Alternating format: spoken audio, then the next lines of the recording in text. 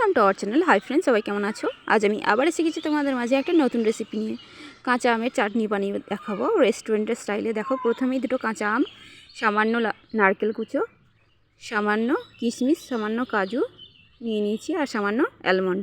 এবার আমি একটা আলাদা পাত্রে সামান্য ঘি দিয়ে কিছু মৌরিকে আমি ভেজে নিচ্ছি, তারপরে সামান্য জল দিয়ে দিলাম। এবার আমি এখানে সুগার অ্যাড করে দিচ্ছি, যে যার পরিমাণ মতো নিয়ে নেবে। এখানে আমার একটু বেশি সুগারটা দরকার, তাই আমি এখানে 15 চামচ মতো নিয়ে নিচ্ছি। এবার এটাকে ভালো করে মিক্স করে দিলাম। এখানে এবার কিশমিশগুলো দিয়ে দিচ্ছি, কাজুগুলো দিয়ে দিলাম, তারপরে এখানে আমি নারকেলগুলোকেও দিয়ে দিলাম। এবার সবগুলোকে একসঙ্গে মিক্স করে নিলাম। এবার এখানে আমি আর 1 চামচ মতো সুগার অ্যাড করেছি, তারপরে কাঁচা আমগুলোকে কেটে দিয়ে দিলাম।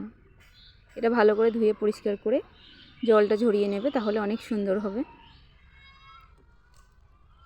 এবার এটাকে আমি ভালো করে জাল দিয়ে ভালো করে মিক্স করে নেব।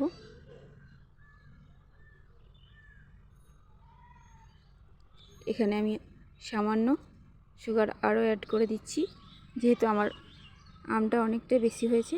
আর এখানে সামান্য পরিমাণে লবণটা দিয়ে দিলাম। এবার সবগুলোকে আরেকটু মিক্স করে নিলাম। এবার ঢাকনা দিয়ে দিলাম।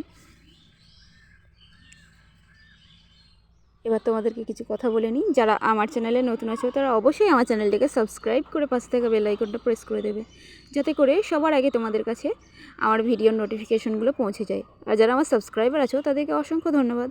আর যারা আমার ভিডিওটা ফেসবুক থেকে দেখছো তাদেরকে অবশ্যই আমার পেজটাকে ফলো করে নেবে।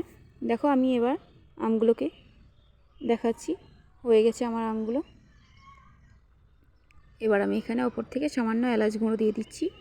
এটা একদম রেস্টুরেন্টের মতোই হবে খেতে।